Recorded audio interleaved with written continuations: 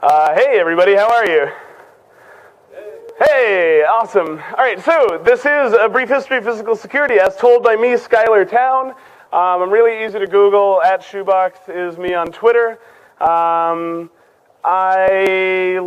night, as I was finishing up my slide deck, I decided that what I was doing, every slide that I was putting together, was mostly just a punctuation for some interesting thought or like a sort of half joke. But what I actually want to do is tell you the story of the history of physical security, and so that's what I'm going to do instead. So I'm going to work without a net, and that's my only slide. I just want to tell you the story of everything that I know about locks in as brief a period of time as I possibly can. So please forgive me if I go off on tangents. I promise you every one of them is going to relate to the central topic, and I have a lot to say about this. Feel free to ask me questions, but do it when I'm in an obvious lull and I desperately need some help from the audience because I've gone completely off track and I could really use a question. That's when I want them, or at the end of the talk. Whoever it is that's doing timing for me, if you could give me a heads up at like 15 minutes to go, that would be really awesome so I can get some stuff out and still leave enough time for a couple of questions. Hello. I'm Schuyler Towne. I am obsessed with locks. I was a competitive lockpicker for a number of years, but then I won my awards. I got my black badge at DEF CON. I won the main event the next year. I beat the #2 lockpicker in the world head-to-head in Holland and had some amazing experiences doing all of those things. I began to realize that what I could do was start to learn the electrical engineering, you know what? It's my only slide. I'm not going to deal with this. @Shoebox. It's a noun. Remember it. Let's go. We can turn the projector off. I'm going to keep walking in front of it anyway, if that's okay. I realized that what I could do was start learning the electrical engineering and the software stuff that I would need to know in order to keep up with everything that's about to happen in physical security. And as exciting as everything that's about to happen in physical security is, it isn't my bag. That's not the stuff that excites me. The smell of brass and grease is invigorating to me. The heat sink in my video card is broken, and it keeps getting the locks on the table very hot. And I swear to God, there is nothing that is of a greater comfort to me than warm brass. And I just feel whole, you know? This is the stuff that I'm obsessed with. And so I was at a crossroads. In order to remain relevant in the competitive picking and in the disclosures that I had been involved with. I did disclosures with Medico, Avis, a couple of other people. These were other people's works that I helped facilitate the disclosures for. In order to remain relevant, I could start learning all of these new things, or I could go back and I could learn everything that I had never been taught, everything that I had never seen about the history of the lock and the history of lock picking and why locks exist whatsoever. So, to take this back all the way, we're going to go back to Egypt/Mesopotamia. I'll explain why Mesopotamia in a bit, but many of you may have heard of the Egyptian lock. The pin tumbler lock that's on everybody's door, it's based on this Egyptian lock, and it's called the Egyptian lock in a lot of literature. And if you go back through and you look at everything in the literature, for the past 200 years we've been calling it the Egyptian lock. I'll explain why that is incorrect a little bit later in the talk. But that's 4,000 years ago. We already have the early versions of a pin tumbler lock. Now early on we're using locks in a very different way than we're using them today. Today we'll lock our door and then we'll wander out of our house, and it's a single factor of authentication. And it's a little bit terrible, the locks that we have on our doors. Back then, the first locks you were finding on granaries and storehouses and things like that, semi-communal or potentially state property of a small society. Specific individuals would have keyed access to that, the rest of the community would not, and access and goods would be dispersed by those key holders. Then you start to see some locks get more personalized. You have locks on the chamber of the king, you have locks on the residence areas of castles. And then very quickly they find out that if the same guy that lets people into your castle is the guy that holds the key, a lot of people are going to get assassinated.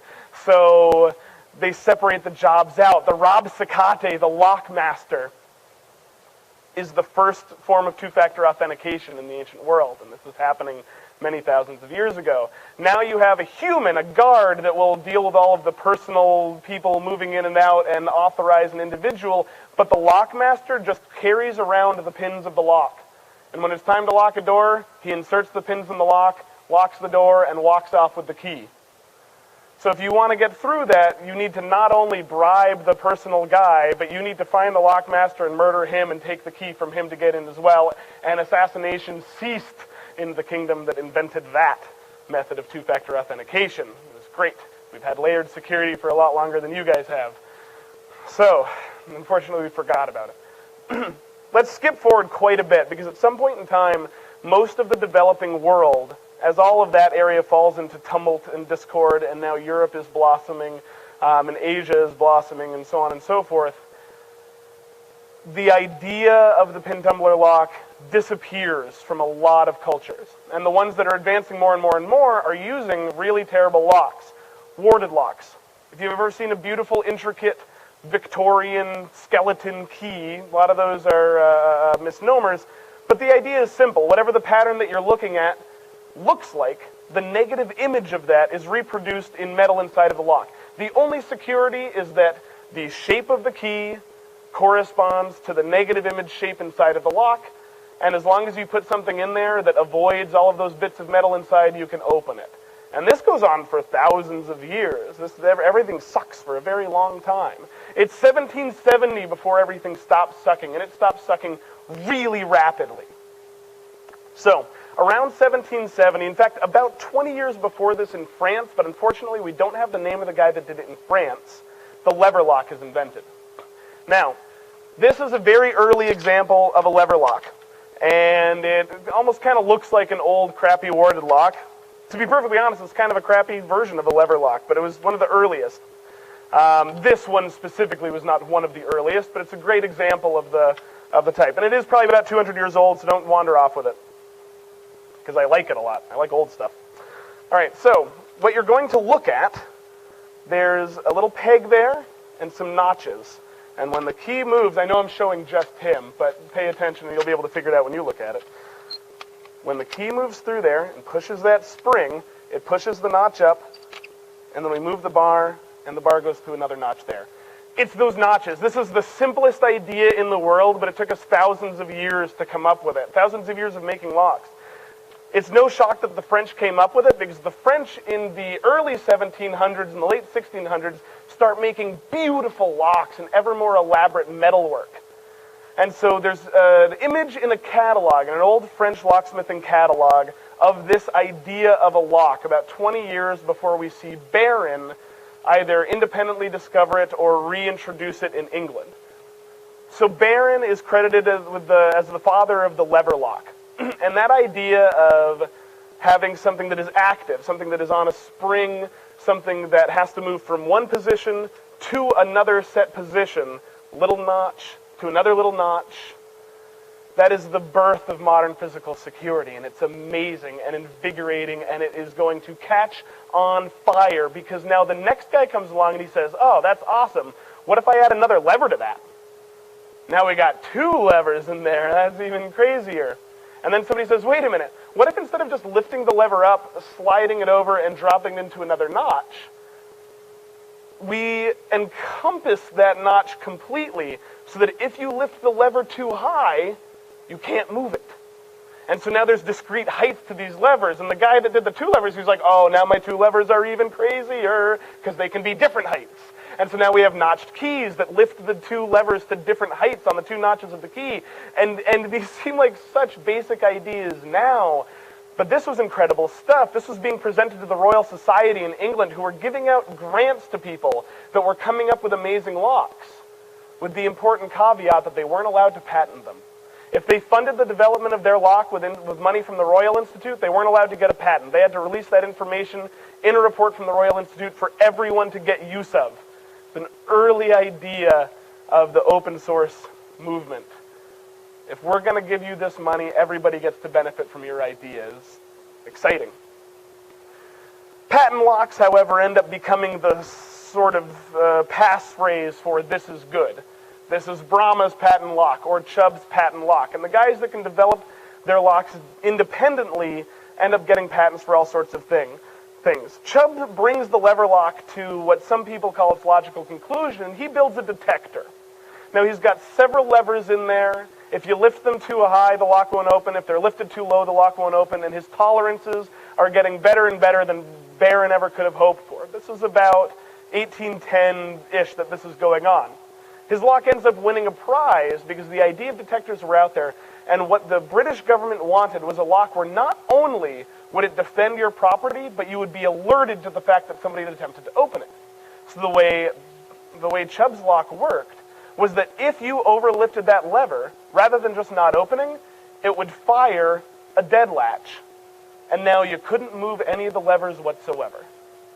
And he built his non-destructively. His wasn't the first idea of a detector mechanism, but previously, once that thing engaged, you'd have to rip the thing apart, drill it out, bash it out, hammer it out, whatever, and install a new lock. But with Chubb's, you just turned the user key in the opposite direction to reset everything, and you knew that it had been picked, but you were able to go ahead and keep using your lock anyway. It's a great lock.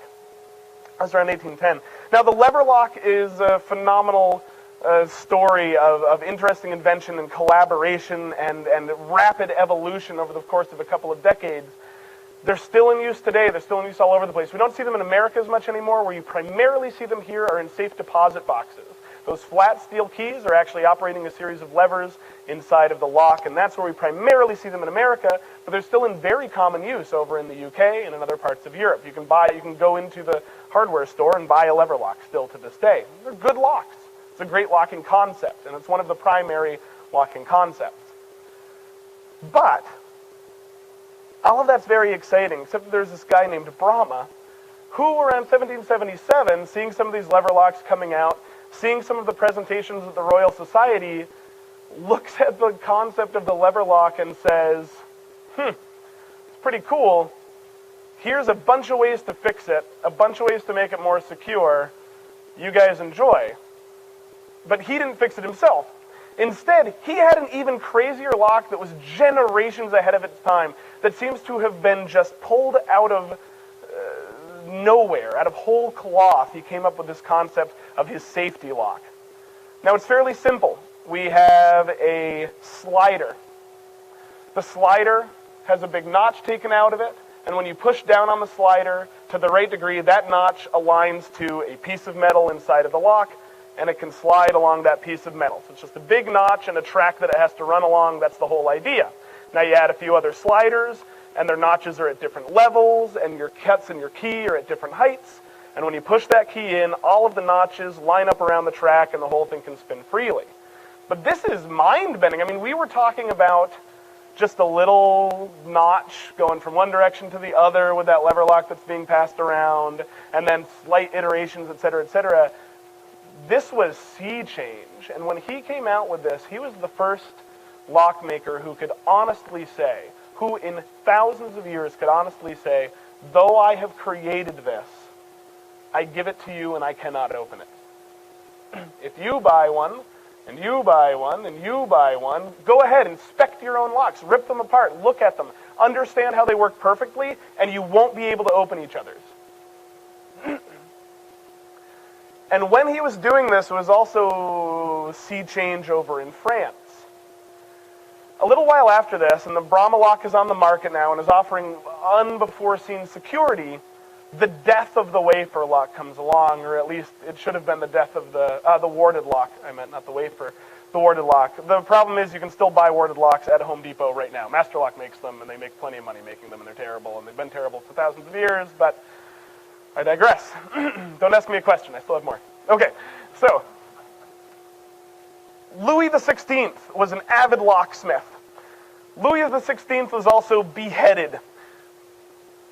Louis XVI made warded locks explicitly. They were all spring latch warded locks of one type or another. Some of them were intricate and beautiful. Some of them were very interesting, but the fact is they were this technology that once you understood how it worked, you could wander in and open it without a key, without any trouble. As it turned out, the master locksmith Gamain, to whom Louis felt like a brother, who had taught him in his workshop, Gamain was said to be the only man who was master of Louis. Louis was master of the world, and he was the only man that was master of Louis. Turned out that guy was a Jacobite, and those were the guys that were doing the beheading, which turns out terribly for Louis, because at one of the Jacobite councils, Gawain comes in and he says, oh yeah, that Louis guy, he's such a jerk. Here's how his secret stash safe works. Enjoy. And they gathered several treasonous documents from the Armoire d'Affaires that Gawain and Louis had built together. Gawain didn't go with them. He didn't open that lock himself. He just described to the council how the lock worked. And because it was a warded lock, they were able to wander in, open the thing up, and grab piles of treasonous documents. Now he would have been beheaded regardless. But it was a big story, and Gawain was seen as a villain in all of the other kingdoms. There's a lot of great stuff written about him in England, about what a scumbag he was, because they still had a monarchy and they were really down with it. So they didn't like seeing Louis lose his head. But this was a warded lock, and the lock was talked about a lot. The fact that the locksmith sold him out was talked about a lot. And here we have Brahma, who's able to say, if you are my king, I can give you this lock and not reveal its secrets for anybody. It was an enormous step forward in security. Okay, so that was around 1777. Somebody does manage to pick Brahma's lock, but that's not a big deal because he fixes it and nobody ever picks it again until 1851, but we're getting there. And Brahma also holds public contests, which is very important. Not only did he add to the greater physical security of the world as a whole, but he also was one of the first people to introduce the idea of a public picking contest against his lock. And he just left it in the window, and anybody could take like 30 days to attempt to pick his lock. And if you failed, nothing wrong. You just returned the lock. If you were successful, you got a pile of cash. So around 1788, 1789, Napoleon, still in France has a lot to do with this, decides to invade Egypt. This goes really poorly for him, but he does something very interesting in the process. He decides to carry out just this mass cultural looting. And so his soldiers bring with them the corps of savants, a bunch of artists, archaeologists, linguists, mathematicians, philosophers, etc., etc. This was, I think, almost 200 people, maybe 170. Don't quote me on that. I got a lot of stuff right, but this one I'm guessing at. To go with him and observe everything and gather anything of potential cultural value with them as they left. In histories of this, they have genuinely been described as worse than the Nazis with their cultural looting. Vivant Denon, the gentleman we're about to talk about, has been described as making Goring look like an amateur for the level of cultural looting that he carried out by Napoleon's side throughout Europe, including Egypt. Now the big question is, why don't France have all of these artifacts that they took? Well, this went so poorly for them that they ended up being blockaded by the British when they were trying to retreat. And the deal that was worked out was that the French gave the British a large collection of the cultural artifacts that they had looted, and the British turned a blind eye while the French sailed back to France. And now we have the Rosetta Stone in British museums and so on and so forth. All of those things came from that campaign. So Denon was particularly interesting in that, when given the opportunity, he separated from the corps of savants to go into an area of Egypt that no educated European had spent time in.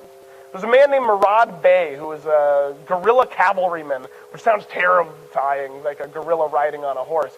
But it was the other type of guerrilla, and there were horses, though. There were horses. There's only one type of cavalry, as far as I know. Anyway, so he's chasing after Murad Bey. Vivant is in connection with a small band of the military. And Murad is leading them deeper and deeper into Upper Egypt. In Upper Egypt, there hasn't been any trade there. There's a lot of old, ancient ruins and tribal societies and so on and so forth. And as he's going through, Vivant is discovering things that no one has seen in millennia. And he comes across the temple at Karnak, and he looks at a carving on the wall. And apparently it was so blisteringly hot at Karnak that he couldn't take time to sit and draw what he observed. Now, he was a phenomenal artist. He was actually a relatively popular pornographer and a great etcher as well. So he has all of these amazing diagrams from his time, but not this wall that he was looking at. And on this wall that he was looking at, he saw a lock. He saw a lock that he was seeing all around him in Egypt, and that a few people had seen on doors in Turkey. And it was the pin tumbler lock. And he realized that this lock on the wall was the exact same as the lock that he was seeing in this modern culture. And this, understandably, blew his mind. Now, Vivant was a phenomenal writer. As vitriolic as he was powerful in his wonderment, about the pyramids, he said, "It is hard to decide what is more astonishing, the tyrannical dementia that dared order their building or the stupid obedience of the people who agreed to help build them." He didn't mince words. About the lock, however, it was just this almost childlike wonderment. He marveled that this simple utilitarian invention was transmitted by tradition throughout all the revolutions of nations. That this lock, despite everything else that had happened, despite the actual physical ruination that he witnessed around him of an enormous culture, that this lock had survived into common modern use in the area that he was in. Now, Vivant wrote all of this down, and an English guy translated it a year or two later, and they were released around 1801, 1802. And as these volumes end up in the English-speaking parts of the world, first of all, it completely changed, it created this phenomenal surge of Egyptian dress and Egyptian art, and it was like this amazing new fad that grew out of his journals. But in the mechanical engineering world, and which was incredibly vibrant at the time, people started obsessing about this lock, and some plates of drawings of other locks that they had seen in the region, more modern ones. And there was this general consensus of, this thing is better than what we've been using. So by 1804, we see the first patent for the Egyptian lock, which is the first patent for a modern pin tumbler lock. And now all of a sudden, pin tumbler locks are being reintroduced to the society that is in the midst. When we're talking 1801, 1804, it was 1810 before Chubb finished the idea of the detector lever lock. This was, the Brahma lock was selling like gangbusters and nobody was picking it. The Royal Society was handing out the grants, and now the pin tumbler lock is reintroduced to the world at this incredibly fertile moment and starts blowing up and starts getting made in America as well, because that guy that filed the patent in England, he also filed a patent in America. Sadly, we've lost ours to the Patent Office fire of 1836, but we have the British copy so we can see exactly what he was doing. We'll catch back up with the pin tumbler lock because that continues to get developed. But our focus right now is going to be on these lever locks and Brahma's slider safety lock. This fertile time at some point catches the imagination of the media. And the media are going to be very excited about this for decades and decades and decades. Over in America, we're a little bit gung-ho about the idea of picking locks to prove that your lock is better. And a guy named Hobbs, Charles Alfred Hobbs, is going around to banks pitching his paratoptic lock that he's developed with the Day and Newell Company. Paratoptic is derived from a Greek word talking about hidden. There's a hidden element in the lock, and that was its security. To prove that their lock is more secure, he goes around to banks and says, hey, if I can pick your lock, you got to buy mine. And a lot of them said yes. For whatever reason, a lot of them were like, get out of here, idiot, you can't pick our lock. And he did it. He did it over and over and over and over again. Now, while he's doing this, it's getting towards the mid-1800s. You know, he's making his name in the 1840s, picking locks like mad, selling, doing great things for the Day and Newell Company. Coming up is the Great Exhibition of 1851, where England is inviting nations from all over the world to come and present the best of their engineering, their craftsmanship, their art, and so on and so forth. So Hobbs and the Day and Newell Company intend to get him the hell over there with his crazy lock and mix things up in England a little bit and show them how we do it in America. But over in England, in the meanwhile, the Brahma lock hasn't been picked in 70 years. And the Chubb lock hasn't been picked in 40 years. And we're talking about generations of people, 4 generations of people for the Brahma lock, who genuinely believe that the security arms race is over. They believe in the idea of perfect security, And over 4 generations, in the midst of a new paradigm, you start using things differently. And locks are being left alone to do their job by themselves now. Normal people have locks much more often. There are locks on cabinets, there are locks on doors, there are locks in all sorts of places that there were locks on doors before, but people that wouldn't have had locks on their doors now have locks on doors. And because everybody is making them, the market, the prices are just crashing, and people are able to get really decent locks for really cheap money, which has never happened before. And so they're using them in brand new ways, and in very personal ways. In the same personal ways that we use them now, only back then, they genuinely believed in their heart of hearts that when they locked something and wandered away from it, there was no way to open it. And while we know better, we tell ourselves some lies that we'll get to in a little bit. Back then, they didn't have to lie to themselves. What they believed was true for a good amount of time. So because of this notion of perfect security, because Brahma has had this lock in their window for generations, and the only attempts to open it have failed. Guy took 2 weeks attempting to open it and failed completely. Now in America we have these contests, and the ingenuity over there is amazing. The number of people filing patents in America for locks is skyrocketing. The lock boom in America is significant enough that more than one Clockworks in Connecticut walked outside, knocked the C off their building, and became Lockworks. And I am not simplifying it, that's actually what they did. Connecticut was producing more locks for over a decade than all of the rest of our nation combined. There was an enormous boom happening in this industry. And that was changing the face of the industry too, which is going to have some fallout after the exhibition, which we will talk about. So in America, we're so excited. The people filing patents, some of these people are real goofballs. Henry Robinson Towne wrote this blistering treatise on the construction of locks and safes.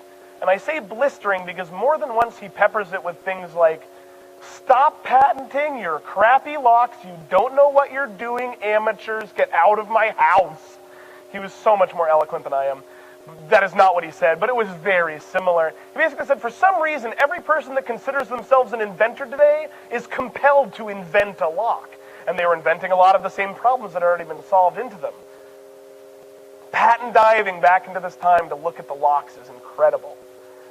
Amazing ideas, most of them horrible, but just the variety is incredible.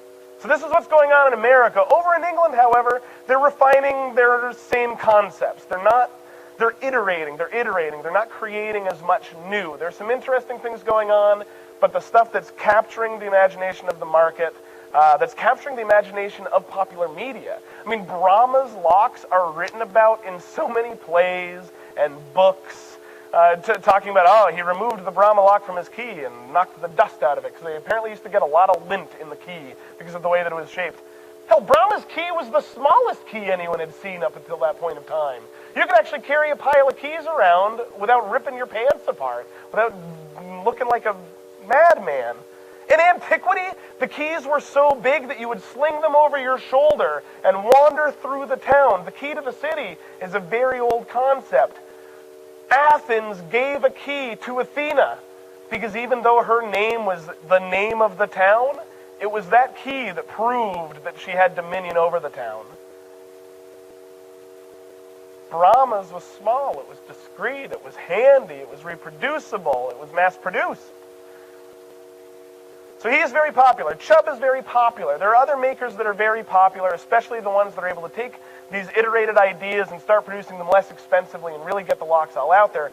But it's not the same sort of competitive, very in-your-face ingenuity that's happening in America. And these two cultures are about to clash hard.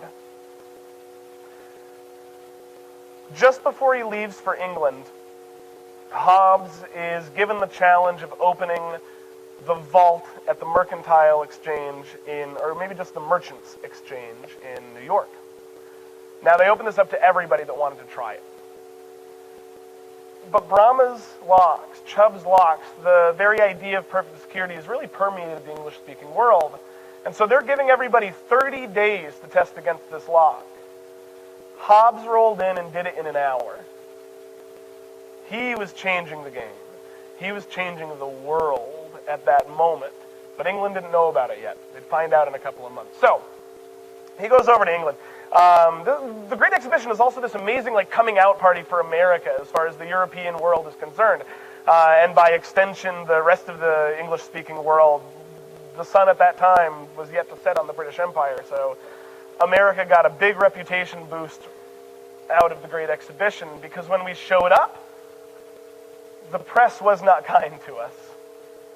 The Times of London said about the American exhibition, if they do excite a smile, it is by their pretensions. When they do come out of their own province of rugged industrialism to attempt competition with European elegance, they do make themselves ridiculous. We were the bumpkins of the competitions. There were a bunch of competitions throughout the thing. There were reaping machines and plows and yachts, and we won all of them. I usually like to talk about all these things, but I have a lot more to cover because we're covering a lot of the history today. But let me say this about the yachts. The reason that the America's Cup is called the America's Cup is not because it has anything to do with the Americas, but because in 1851, a yacht from America named the America showed up in England. They said, oh, let's make this annual yacht race an international. It was 51 British yachts and the America. No other nation participated. 43-mile course, and we beat them by 7 miles. Yeah! As we passed the finish line, the captain slowed the ship down, lowered the flags, and had all of his men come out on deck and lower their hats because they were passing the Queen's barge. This was described the next day in the papers as though a jockey had stopped before the finish line to wave at the crowd. He was just running up the score on them. So they finally crossed the finish line. There's some guy with a private militia that has them all firing off their guns in celebration. The British loved it. They thought that this was incredible. The Queen, probably apocryphally, but the story was told for generations after this, the Queen turns to somebody and says, who was first? And the person replies, America. She says, who was second? And they reply, no one. Because everyone else was still running the race for a lot longer. So, again, this was our, thank you very much. So this was the big coming out party for America. Our reaping machines were the best reaping machines they ever saw. They bought American guns for the British military. Rubber. Goodyear was over there with his India rubber globes with no idea of what they might become someday. Morse with the telegraph. And this yacht. And this yacht really captured the imagination of a lot of people because the yachting community is a good mix of highbrow and real hard engineering types. So, when Hobbes rolled in and opened all of their locks, the press had already changed about us a lot. We weren't treated as pleasant idiots that looked ridiculous when we tried to compete with them because we were beating the pants off of them. Instead, we were being treated with a lot of respect in the media. But when Hobbes rolled in, and on the show floor, on his first day, somebody asked him to pick a Chubb lock, and he did. That's 40 years, gone in a whim. Thank you. It was devastating. Chubb protested. They set up a real trial where he actually went and in front of a jury opened a Chubb lock in very short order, less than an hour, installed in a private vault in London. Chubb will continue to protest for a decade after this, a little bit shaming himself. In fact, the British press will take Chubb to task for not just admitting that he was beat. Brahma, on the other hand, Brahma agrees to the trial against their lock. They've offered it to the public. Even though this guy's already starting to make a name for himself over here, he has every right to try to pick their lock. So they set the lock in a block for him, and he's given 30 days to test against it, just like anybody else would get. 30 days! Today, the longest you can get a test against the lock is 2 sessions of 15 minutes. And if it passes, that is a high-security pick-resistant cylinder. That's the best, and that's only in Japan. We don't do anything like that here. 30 days? That is the entire idea of perfect security. That is the manifestation of this 4-generation belief that the arms race was over. Give this guy 30 days. We have nothing to worry about. It is impossible. And honestly, it took him 52 hours over 14 days. That is an amazing lock. It is still sold today, and they even improved it after he opened it to defeat some of what he was doing. It's a beautiful lock. It's pickable, but it's a beautiful lock. The way that he got it open was practically brute forcing. It wasn't even an amazing technique. He's just very smart, and he built the tools out over the course of that 52 hours to make sure he could open this one lock consistently. And he got that prize, and he changed British culture, and he changed physical security forever. And at first it seemed like it was going to be amazing. At first it seemed like he had broken the heart of the British people. The next day in the papers, lovely quote. Heartbreaking quote. Before the exhibition opened, we believed we had the best locks in the world. And among us, Brahma and Chubb were considered quite as impregnable as Gibraltar. More so, for the key to the Mediterranean was taken by us. We have passed the years quietly in this belief.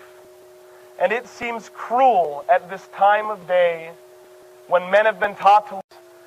Our American cousins have given us a filial lesson in ingenuity, in innovation. We have become lazy. It is time. A friend that everyone knows about. So let's stop it. Let's cut it out. I don't know. I have no solution. I have no solution. I'm just an academic trying to get everybody as riled up as I am. Anyone else? Don't forget your vows. Thank you all again so much. Come pick some locks with me. Thank you.